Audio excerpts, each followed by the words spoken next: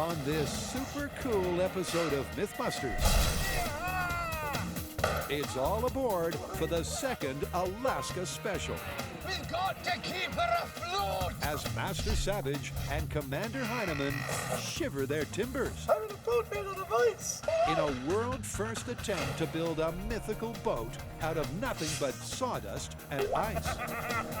Meanwhile, Carrie, Grant, and Tory are on a northern exposure collision course. I'm a trained CPR, don't worry. Wrestling with the myth of a snowplow smash that split a car completely in two. Who are the MythBusters? Adam Savage. Oh, hey, ow! And Jamie Hyneman. Are we going to try and shoot him in the head? Between them, more than 30 years of special effects experience. That's pretty. Joining them, Tory Belleci, Grant Imahara, That was crazy. and Carrie Byron. This is gonna be a whole lot of fun, huh? They don't just tell the myths, they put them to the test.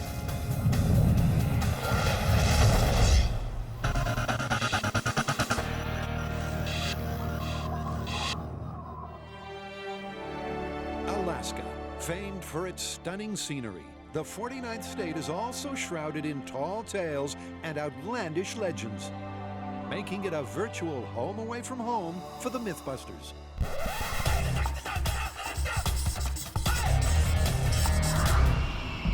I know it's not a beret, but you gotta put this on. What do we got? Cold weather myths? We do. It's time to do another Alaska special. You got any ideas? Well, as a matter of fact, there is one thing that I'm kind of curious about. It's a material called Pykrete that a guy named Pike invented around World War II. And this was made of frozen wood pulp and water, and supposedly it made a mix that was harder than concrete when it froze.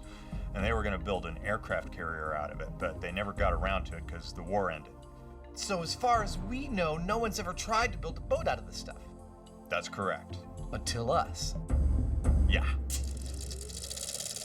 According to this myth, in World War II, with steel and iron in short supply, an ingenious inventor came up with an entirely new concept. Pykrete, a mixture of ice and wood pulp that was supposedly so tough you could forge a fleet from it. But before the Allies could build a frozen flotilla, the war ended, leaving this mythical question unanswered. Can you really build a boat out of nothing but sawdust and ice? An aircraft carrier made of sawdust and ice. I really hope we haven't bitten off more than we can chew here. Well, ultimately, we are going to have to build some sort of boat out of Pykrete. But first, I think we need to test its magical properties. Such as? Well, like it's bulletproof, it is tougher than concrete, and it takes longer than ice to melt, supposedly. But that sounds like a great plan of attack. We'll test those properties here in San Francisco. While we've got the information we need, we head up north to launch a Pykrete boat. Yeah. Good.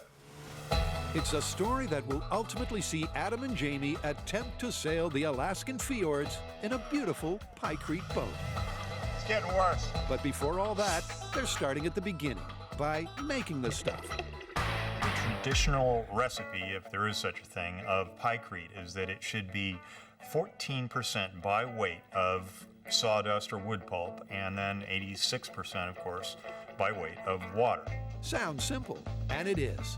Jamie mixes the wood pulp and water, and hey presto. This is Pykrete. Aircraft carriers, huh? Who knew? The Pykrete goes into the deep freeze to chill out, so the guys can take aim at this myth. So there are three mythical properties of Pykrete. That it melts slower than ice, that it's harder than ice, and that it's bulletproof. And, well, we couldn't resist testing the last one first. So we've set up a mini gun range, and we're going to shoot a block of ice and shoot a block of Pykrete and see what the difference is. So for the first test, it's just plain ice That's pretty darn good. versus a .45 caliber slug. Shooting at ice in 3, 2, 1.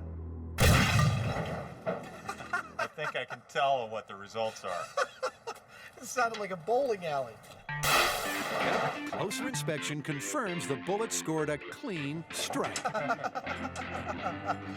We turned it into a snow cone.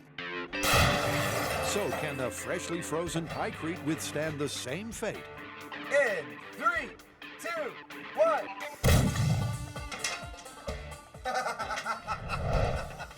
There you go. That's bulletproof. You weren't lying. It's tough stuff. It certainly is. Instead of shattering like the ice, the bullet ricocheted off the Pykrete, taking only a shallow crater with it. We don't only bust myths. Sometimes we confirm stuff. We were told that Pykrete is bulletproof, and it's definitively bulletproof. Well, it may be bulletproof, but the Pykrete isn't out of the woods yet. Now, Pykrete is pretty cool stuff. It's supposed to have some very specific mechanical properties, and we're going to start out by testing those in scale here in the shop. Specifically, its thermal conductivity, how slow it melts, and its mechanical properties. We're going to run it through some paces to see how viable a material it is, how tough it is, and how useful it might be for our uses. Next up is the mechanical strength test, and it's nothing if not straightforward. I'm going to go out on a limb here and say that you want to put these 5-pound weights on one at a time until it breaks. It's like I'm a freaking mind reader. And first, they need to break the ice. 10 pounds, 20 pounds. 40 pounds. 41 pounds. You 40 pounds, 1 ounce. That was the straw that broke the camel's back. At 40 pounds, the ice shattered. So how will the Pykrete compare? Pykrete, 5-pound weight. There you go. Well, cue fast forward, because it's tougher than it looks. 190. Anybody go for 200? Do I hear 200? 200. This now weighs more than either you or me. And when the tally reaches 300 pounds, they run out of lead. So Jamie adopts a more direct approach. This is killing me. Well, there you go. I There's your love problem. this stuff. And Adam has every reason to. The Pykrete is nearly 8 times the breaking strength of the ice. Hell's bells, Margaret. I am impressed with Pykrete. I would not have bet that it could withstand all the lead we had in the shop. I'm starting to think that we could have some fun with this technology. Next, Carrie, Grant, and Tory plow on. The last time we did the Alaska special, we got a lot of fans from Alaska writing in saying we missed a classic myth. Tell me more.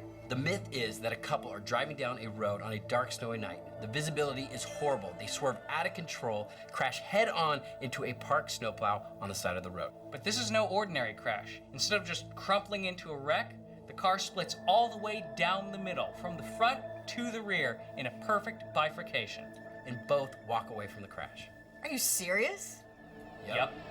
Wow. It's a crazy crash concept that's no joke.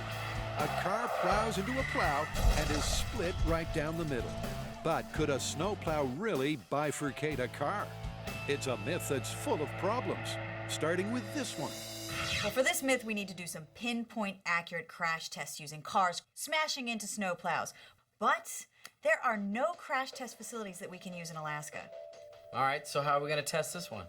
Well, our researchers have come up with an amazing location. It's beautiful, it's snowy, it's in Wisconsin. Well, ultimately, this is a great Alaskan myth, but if we have to go to Wisconsin to test it, then so be it.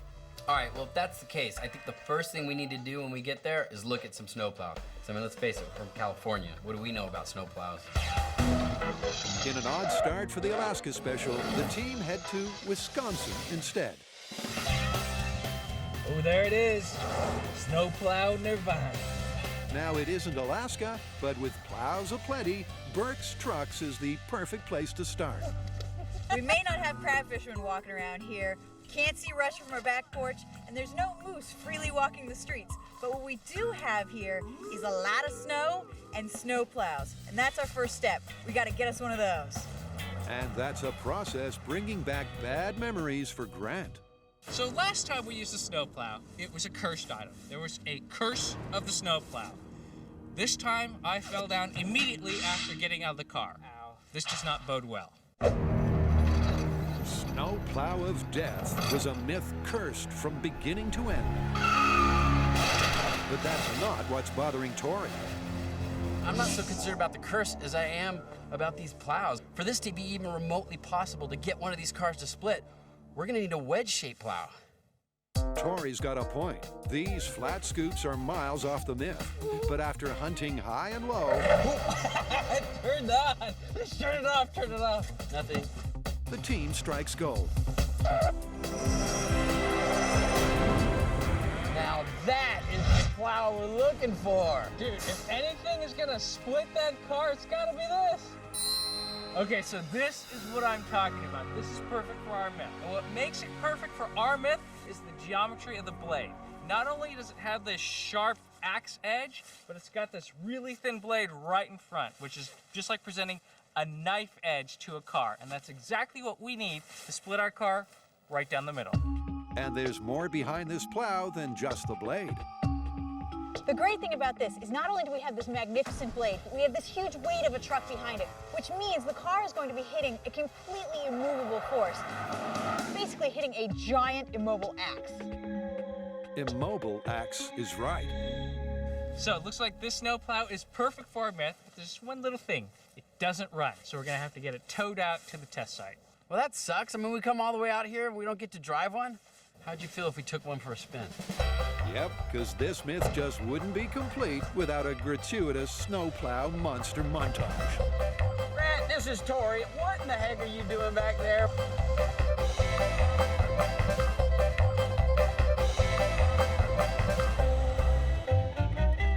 With that out of the way, Now driving snowplows, that was cool! And the fact that we found a V-plow to test with, that's even cooler. And tomorrow, when we crash cars into it, that's gonna be the best. great, saddle up, because tomorrow can't come soon enough.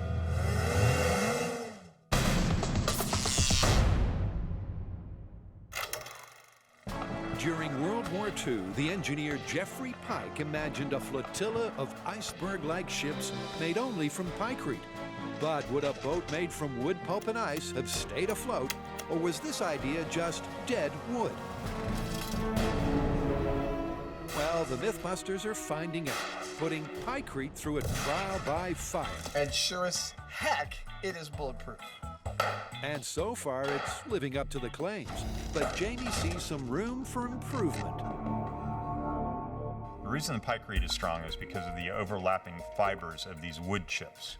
Now, the reason that it actually breaks under shock is that the fibers are not terribly long, and so they can break apart relatively quickly. So what other kind of cellulose products do we have that maybe would be superior? And there's your answer. Newspaper. Lots of newspaper. In phone book friction, the MythBusters found out just how much force two interleaved phone books could withstand. This is like a sickness. And it's that layered strength that Jamie is hoping to capitalize on with his own new brand of Pykrete. What if we saturate something like that with water and freeze it? We might have something, say, like plywood instead of particle board, and plywood's stronger.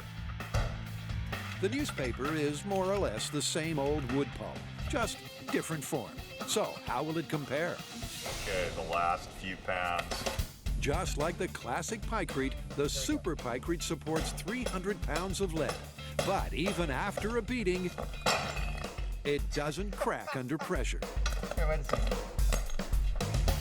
Dude, I'm gonna go out on a limb and say I like this material. Okay. I mean, I'm literally out on a limb. Yeah, I got it. So my Super Pykrete actually is in fact Super Pykrete. It's stronger, it's tougher, it's more resilient, and it's almost like break-proof as far as our testing is concerned. But before they set sail, there's arguably the most vital question. Will it melt? And for that, Jamie whips up these. Perfect. Like an ice cube tray on steroids, these molds will ensure that the boys end up with 3 identical small-scale boats for testing. We got our newspaper one, we have our Pykrete mix, and we have plain water that'll turn to plain ice. We're gonna pull them out when they're frozen and launch them and see which one melts first. And they've come to Bamboo Reef to do just that. Adam, what's our plan of action today? Oh, Jamie, it's going to be totally great. We're going to take all 3 ice boats out of the molds and put them in the water and see which one melts first. And we're going to use 2 little characters of us to represent us just to increase the danger. Do we really have to use these stupid representations of ourselves? I hate that. Yeah, man, it's going to be funny. Okay. It's a head-to-head melt test to find out which boat will be the last one floating.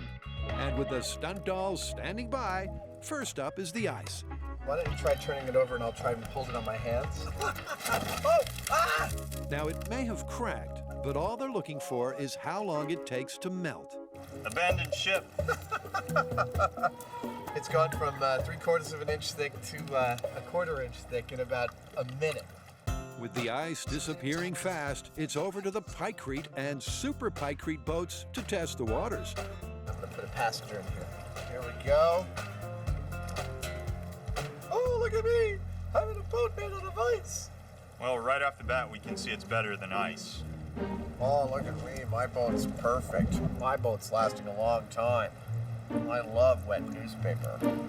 Notice that even in scale, little Jamie Hyneman looks smug. There's plenty to be smug about. 5 minutes in and the Super Pike Creek is still going strong in the warm water. But Adam's ship is sinking. You can see right through the side of the boat here. Yeah. It's just eaten right through. Oh. So we're seeing failure right at 5 minutes. Oh, I'd say that's a total failure of the boat right there. Yep. The Pike Creek held up 5 times longer than the ice. There you go. But it's no match for the Super Pike Creek. You know, one of the things that's nice about the newspaper is that even though it's thawing and delaminating, it's staying in situ and still providing thermal protection for the ice underneath. That was my plan.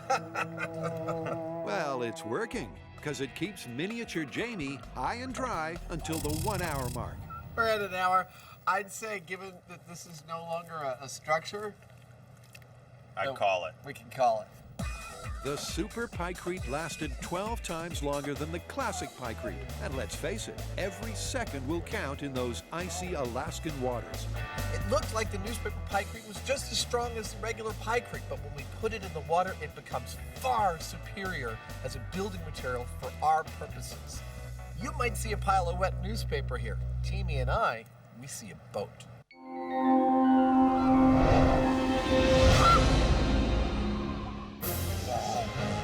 It's Plow Wars, as the team takes on a snowplow collision for the Alaska Special. So, what are they doing in Wisconsin? Carrie knows, so, Alaska. This is what we couldn't find in Alaska and why we ended up in Wisconsin. This is MGA Research Corporation, one of the world's leading testing companies for the consumer, aerospace, military, and automotive industries. And I hear that they excel in working in these snowy conditions, which is perfect for us. It's the ideal location for our 2 mythical foes to duke it out.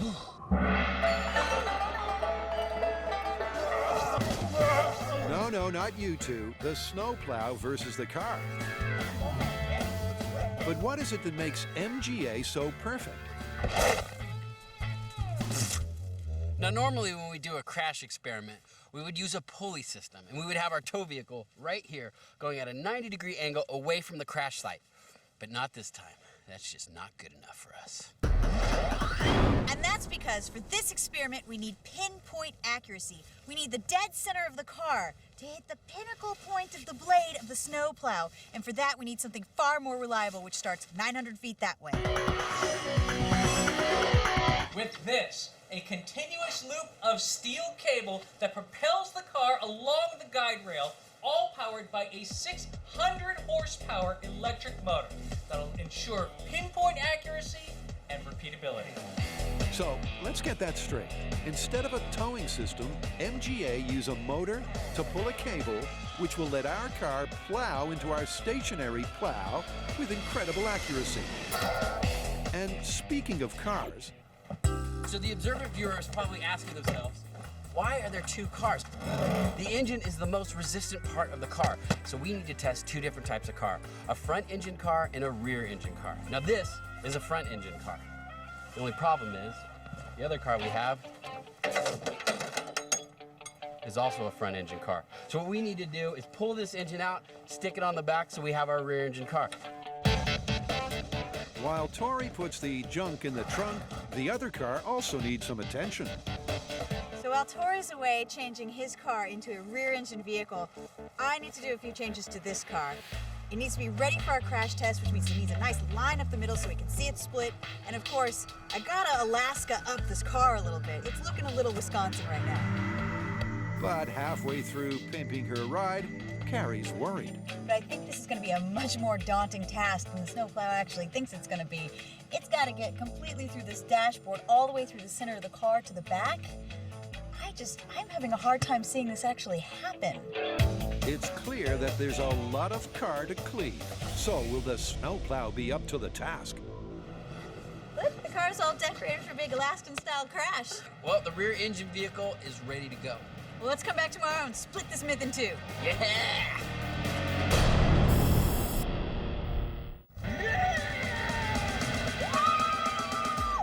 Carrie, Tory, and Grant are about to crash and burn in the snow. I want to ride that one.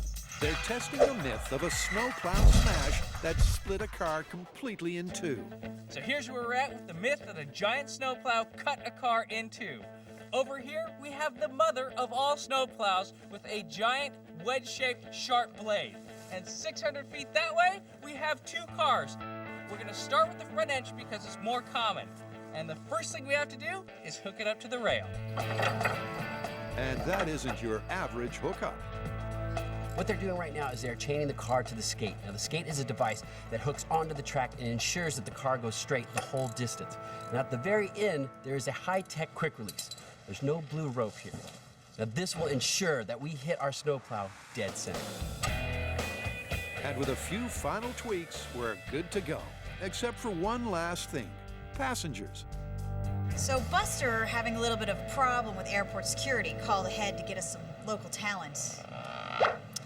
I don't know if these guys are really up to the task. Now, I know what you're thinking.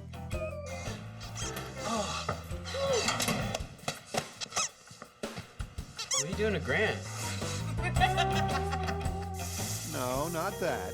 You're thinking, how are inflatable people going to provide any sort of data? Now, these guys are clearly not crash test dummies or human analogs of any sort. But the myth says that both the passenger and the driver made it out of the crash completely unharmed. Now, if either of one of these gets the slightest nick, they'll totally deflate. And with the dummies sitting pretty, here's how the test is going to go down.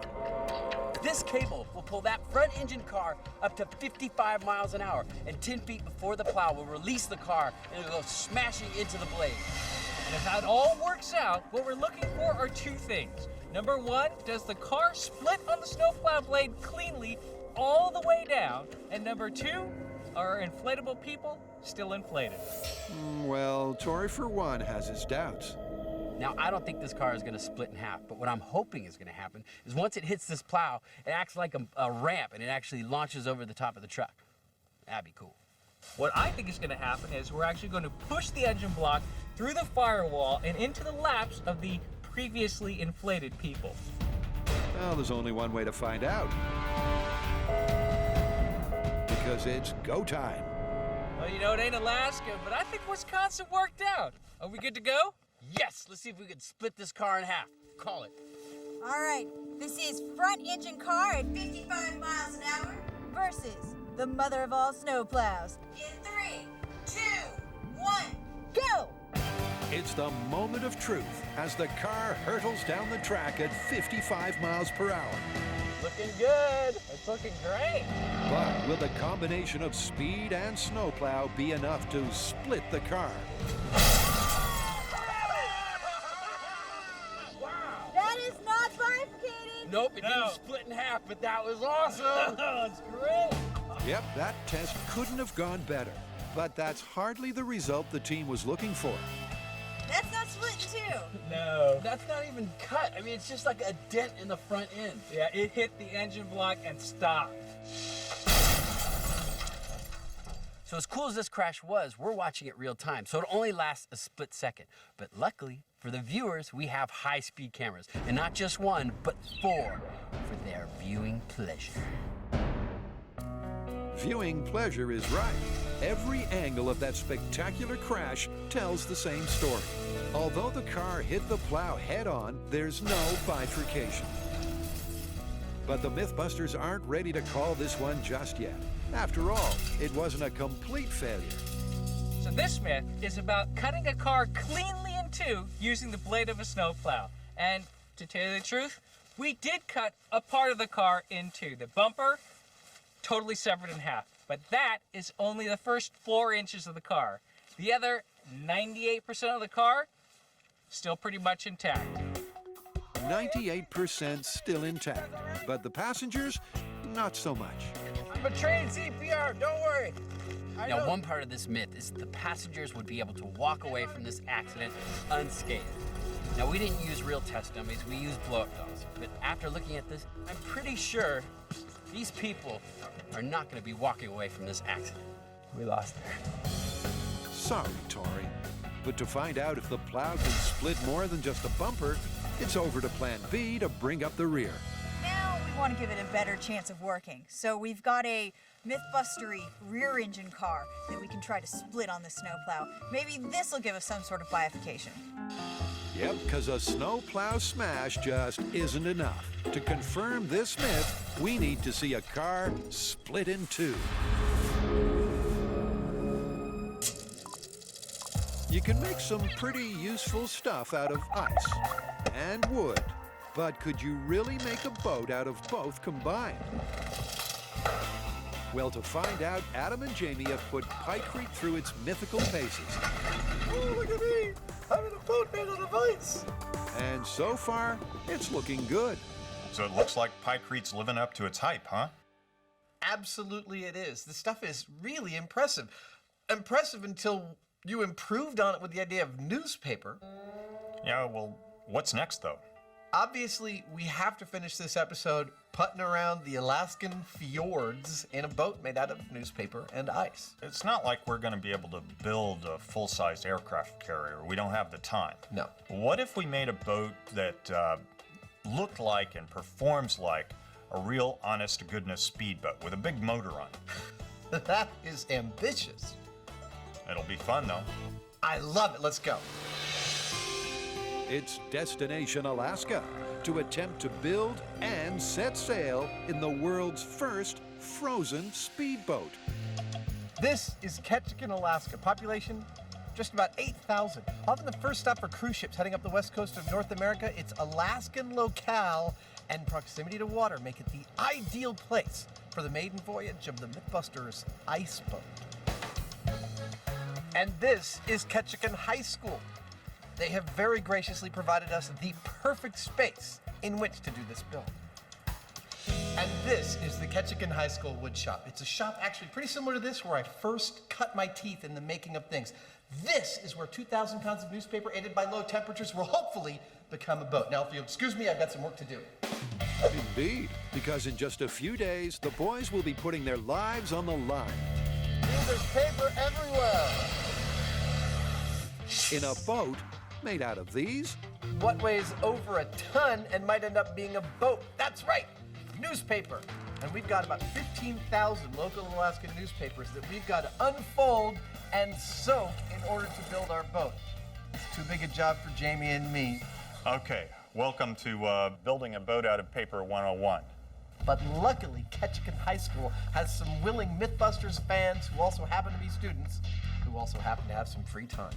So for this to work properly, we need to make sure that water gets in between all of the pages and all of the fibers and, you know, makes it all one piece. Air bubbles and things like that aren't good.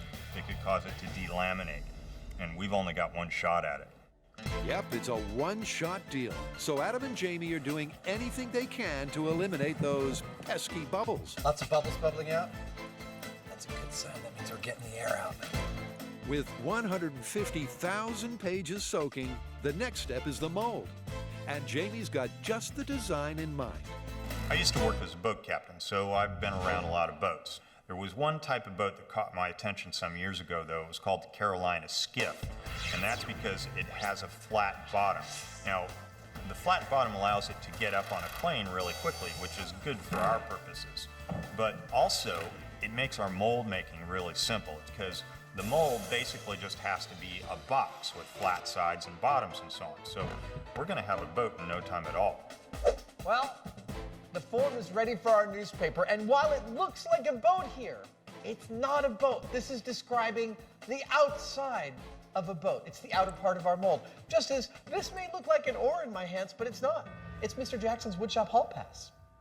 But Adam's not going anywhere for now, because this is where the Super Pike Creek boat really begins. Jamie and I ran through at least 20 different ways to build this boat, from the inside out, from the outside in, pouring it, spraying it, laying it, freezing it, until we came upon what we think is the solution with the highest chance of success.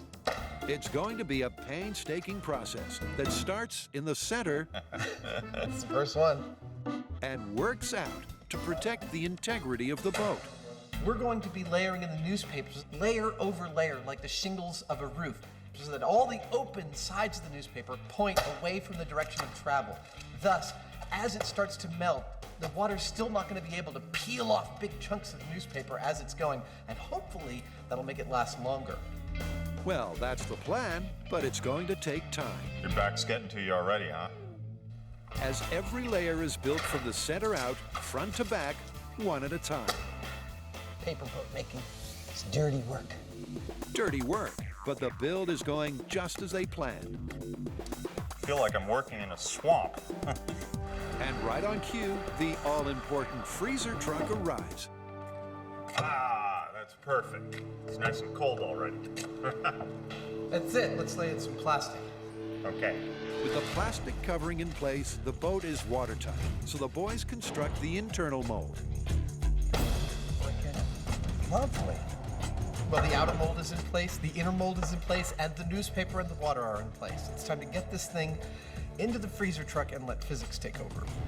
Which, when you're dealing with something 20 feet long, 8 feet wide, and weighing 3,000 pounds, is easier said than done. Yeah, that's why All I got hands on deck. Well, I got the little forklift out here. Oh, to pull okay. it. And despite weather that would freeze the balls off a pool table, they get the boat onto the ice truck, and the freezing can begin. Extra, extra, read all about it.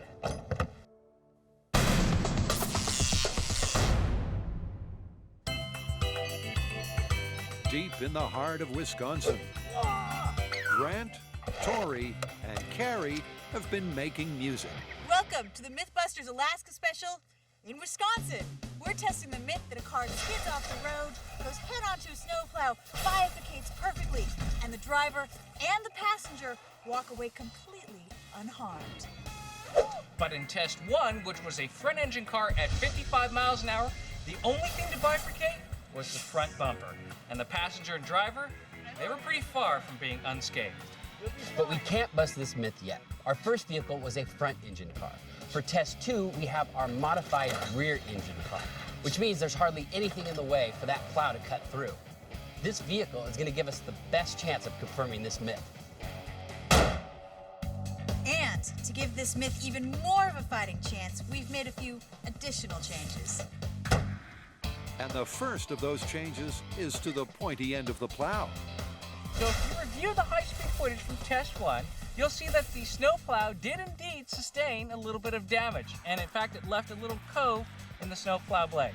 Well, our friends at MGA Research have repaired it and, dare I say, made it better than new. But there's one more thing that I've got to do, and that is to sharpen the blade.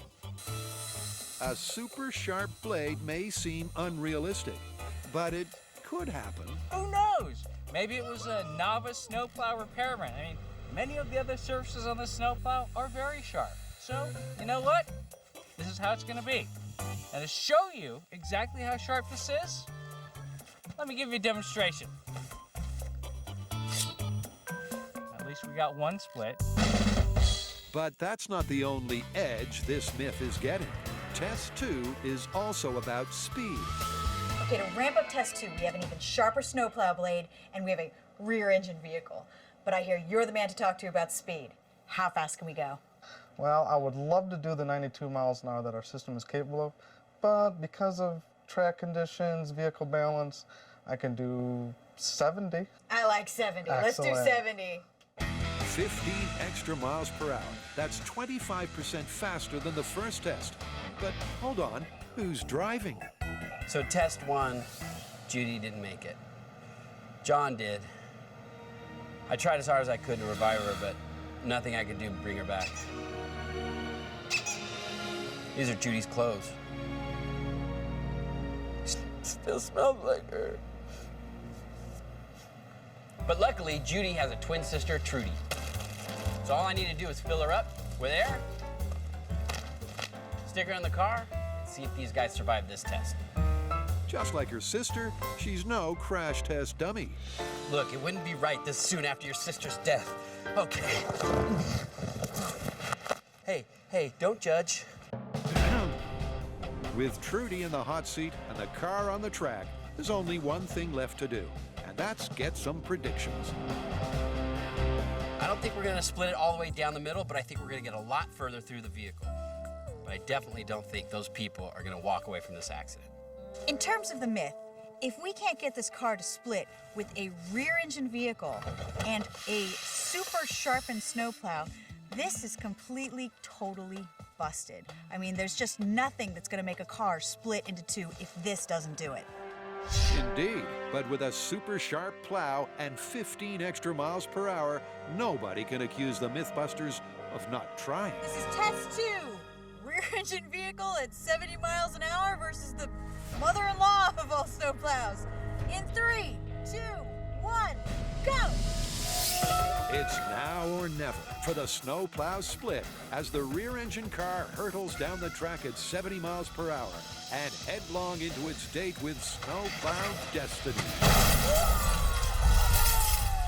You see that thing? It looked like a banana peel. But I don't think the passenger and driver are walking away. And at snowplow ground zero, the wreckage confirms their suspicions. I've never seen anything like this. I gotta tell you. It is split for sure. It's split all the way to the back seat. Pretty sure though that the guys did not survive. I can't wait to see the high speed. That's gonna be awesome. Well, it certainly is impressive. At impact, the car is cleaved almost in two. But once again, that pesky engine block proves too tough for the plow. That was sick. As soon as our car came out of the garage, you hear the whizzing of the cable on the concrete. It smashed into that plow. It was like, bzzz. It went in two directions. Wheels flew over on that side, glass came over here. But we still were not able to split it all the way through. It was still awesome. So I've seen a lot of crashes, but that is one of the most amazing things I have ever seen. See a car almost split in two? That's once in a lifetime. It certainly is a once-in-a-lifetime crash. But where does that leave our snowplow myth? Now, we had 2 criteria for this myth to be confirmed. Number 1, we needed the car to bifurcate perfectly into 2 pieces. We didn't quite get that. We just got split to the back seat. And number 2, we needed both the passenger and the driver to walk away completely unharmed. And I don't think they're walking away from this one. It's not looking so good. We tested this myth using a front engine vehicle going 55 miles an hour and we busted it. We tried using a rear engine vehicle going 70 miles an hour and we busted it. And then one final thing we busted. The curse of the snowplow.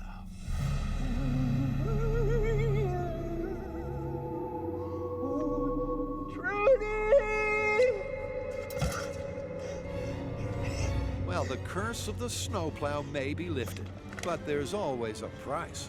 After sustaining some serious internal injuries, it's too late for Trudy.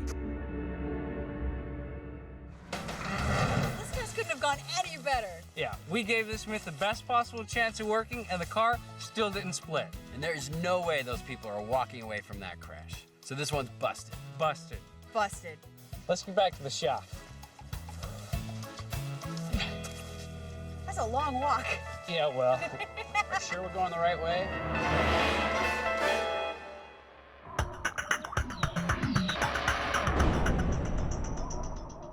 The Mythbusters are no strangers to setting sail in dangerous dinghies for science. This is so cool! And they've also engineered ingenious devices using only paper. But in this Alaskan special, they might just outdo themselves. In case you ever wanted to know how to build a boat out of frozen newspaper, this is how it works. First, you got to get a bunch of newspaper. Then you build a mold and you put the wet newspaper in the mold. Then you build an inner mold to hold the whole thing together. You take the whole affair, you put it in a freezer, and when it's frozen, you pull it out, and then you remove all the mold stuff. I'm so excited. You put an outboard motor on it. You take the whole thing down to the water, and out you sail away into the icy Alaskan Ocean. Well, they've got the first part taken care of. It's a nice boat, and it's a nice boat. Get it? I got it. An ice boat? And no boat, not even an ingenious ice boat, would be complete without a catchy moniker. Oh, look at that. It's even got the name of the boat on it. It's perfect. Which means all yesterday's news needs now is some muscle.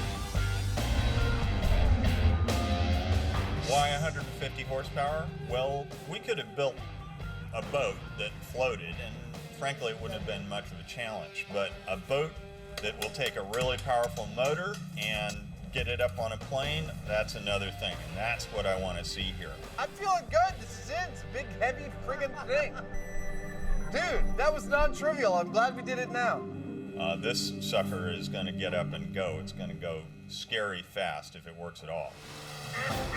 Well, here's hoping, because it's Judgment Day, as the boys get ready to literally put their lives on the line. Well, we are at the water's edge. It's dead calm. The conditions couldn't be better, although I don't need to tell you that it's pretty cold out here. So the very first thing we're going to do is put on our survival suits, just in case we get wet today. With the water 2 degrees above freezing, these orange monstrosities will keep the hypothermia at bay should the boys end up in it. My biggest concern right at the gate here is that the boat actually floats. I mean, we just sort of invented this thing and we've done our homework, but we're not going to know if it floats until it floats. This is it. It's no return once we open the doors of this freezer. Are you ready? Let's do it. Okay.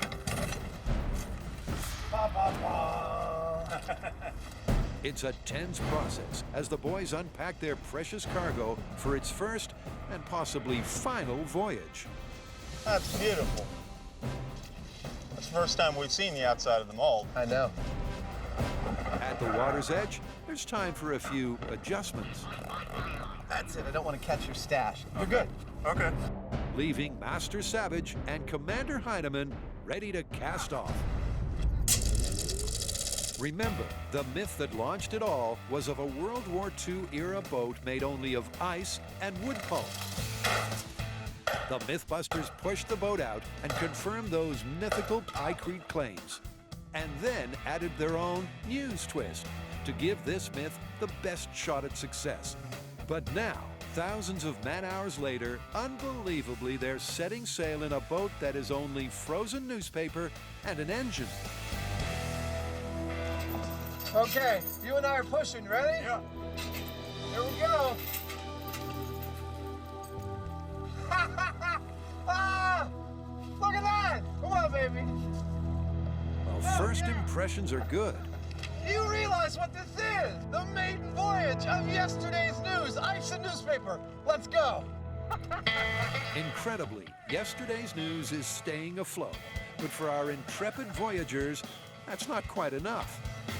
Dude, it's holding up. Let's take it up on a plane. Ready? The real test for this boat is, will it stay in one piece at speed? 3 miles per hour. 10 miles per hour. 18 miles per hour. Yeah! Wow! Keep an eye on the motor.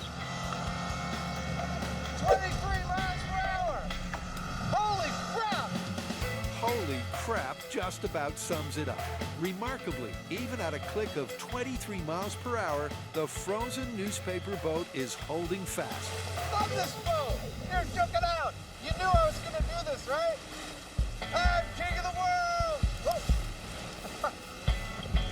It's a little slippery. But Adam's celebrations may be a little premature. Dude, we got a leak.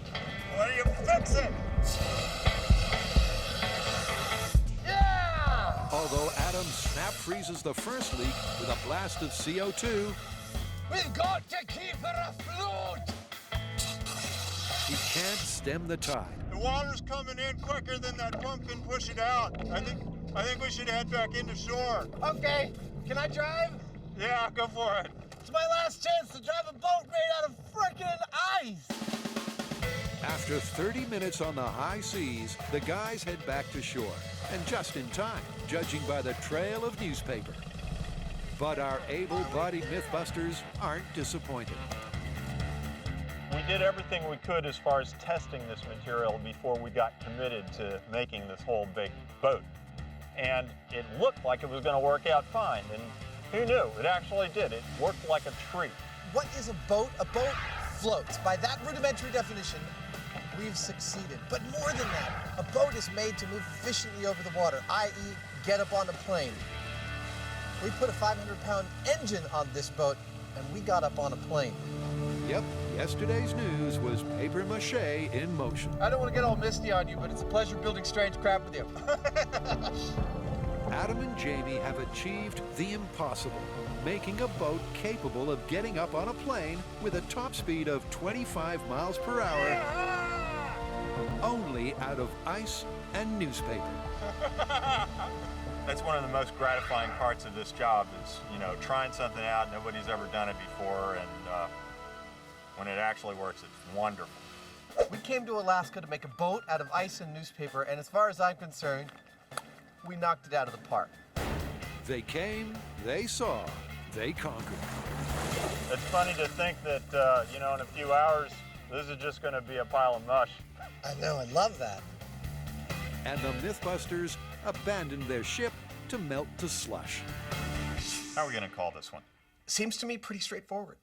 Pykrete lived up to all three of its mythical properties beautifully, and we built a viable boat out of ice and newspaper. I mean, not only did our boat get up on a plane, not only did it go over 25 miles per hour, but it looks so damn good, I swear people are gonna think we faked it, even though we didn't. I say that makes it plausible. Yeah, but let's not forget that this myth is about the original Pykrete and about an aircraft carrier. And given that our Super Pike Creek darn near melted through in 20 minutes, if you're talking about an aircraft carrier that can go anywhere in the world, including tropical waters, it's going to be sloughing off huge chunks of this stuff as it goes along. And that means it's just not at all practical. How about plausible but ludicrous? I'll buy that. Good.